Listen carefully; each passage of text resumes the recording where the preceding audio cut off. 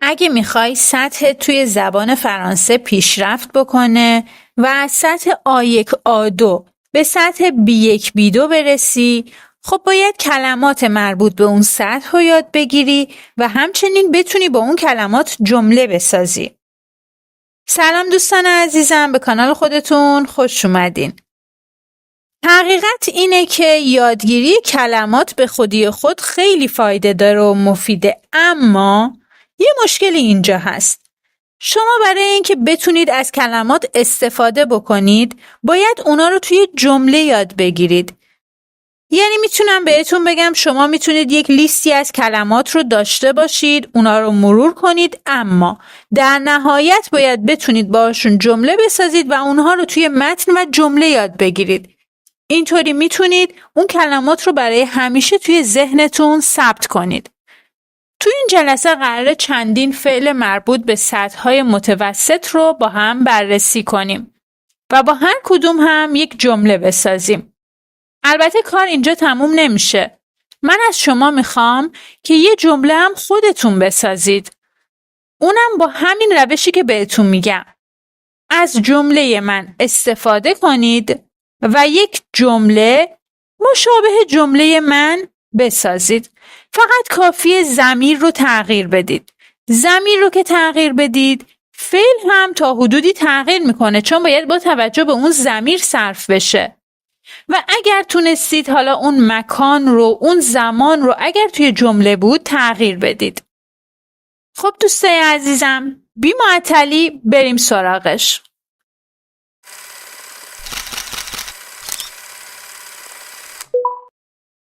جوژه، جوژه به معنی قضاوت کردن.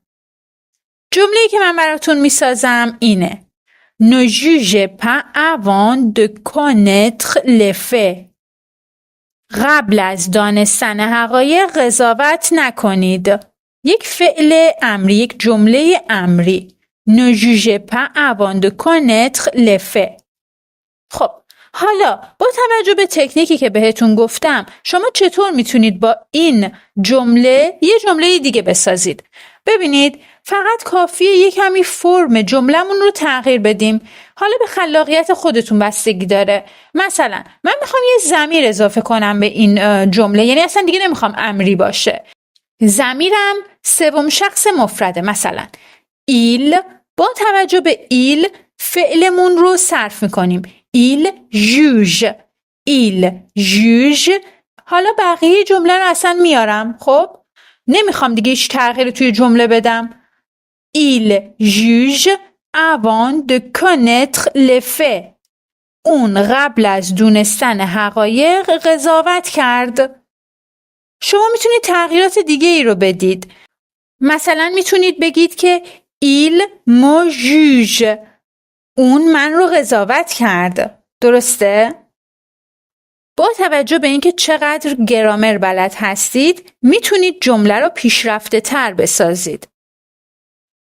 دوستان، این یه نمونه رو من براتون مثال زدم. بقیه جملاتی که من براتون میسازم رو به همین شکل با تغییر ضمیر یا تغییر کوچیکی توی جمله حتما یک جمله از توش در بیارید. دوستان، این تکنیک معجزه میکنه. بهتون قول میدم که باهاش میتونید جمله سازیتون رو واقعا 2-3 سطح بالاتر ببرید. joindre، joindre به معنی ملحق شدن. Marc a joint l'équipe d'exercice. Marc a joint l'équipe d'exercice. مارک به تیم تمرین پیوست. شما میتونید بگید که مثلا من به کلاس پیوستم. خب بریم سراغ جمله بعدی و فعل بعدی. jeter، jeter پرتاب کردن، دور انداختن. Ma mère a jeté l'ordinateur à la poubelle. Ma mère a jeté l'ordinateur à la poubelle. مادرم کامپیوتر رو در سطل زباله انداخت. دوستان، این جمله از توش جمله در آوردن دیگه خیلی راحته. ضمیر رو حتما تغییر بدید. چون پس کمپوزه هستش، فعل کمکیتون رو حتما باید با توجه به ضمیر تغییر بدید. فعل اصلیتون که به همین شکل باقی میمونه. میتونید به جای l'ordinateur یه چیز دیگه بذارید. خب interdire به معنی منع کردن. Il est interdit de fumer ici. Il est interdit de fumer ici. اون سیگار کشیدن رو در اینجا ممنوع کرد. imprimer به معنی چاپ کردن. Il a imprimé le livre. Il a imprimé le livre. اون کتاب رو چاپ کرد. بچه‌ها میتونید زمان جمله رو هم تغییر بدید. میتونید زمان جمله رو مثلا از پس کمپوزه‌ای که الان هست به آینده تغییر بدید. شما محدودیتی تو این موارد ندارید. فقط باید افعال رو بلد باشید. hésiter تردید کردن. Mon ami hésite à accepter le travail. Mon ami hésite à accepter le travail. دوست من در انجام کار، در قبول کار مردده. guérir به معنی شفا دادن. Le médecin a guéri le patient. Le médecin a guéri le patient. دکتر بیمار رو شفا داد. امیدوارم همراه جملاتی که من میسازم شما همین تکنیک رو دنبال کنید و جملات جدید رو بسازید. gérer به معنی مدیریت کردن. Mon père gère cette université. Mon père gère cette université. پدرم مدیریت این دانشگاه رو بر عهده داره. fournir به معنی فراهم کردن یا ارائه دادن هم معنی میده. Ils fournissent des produits de qualité. Ils fournissent des produits de qualité. آنها محصولات با کیفیت ارائه میدن. exprimer به معنی بیان کردن. Elle a exprimé ses opinions. Elle a exprimé ses opinions. اون نظرات خود رو بیان کرد. exiger نیاز داشتن. Mes parents exigent beaucoup. Mes parents exigent beaucoup. پدر مادرم تقاضای زیادی دارن، نیاز زیادی دارن. élever پرورش دادن، بالا بردن. Ils élèvent des poulets dans leur ferme.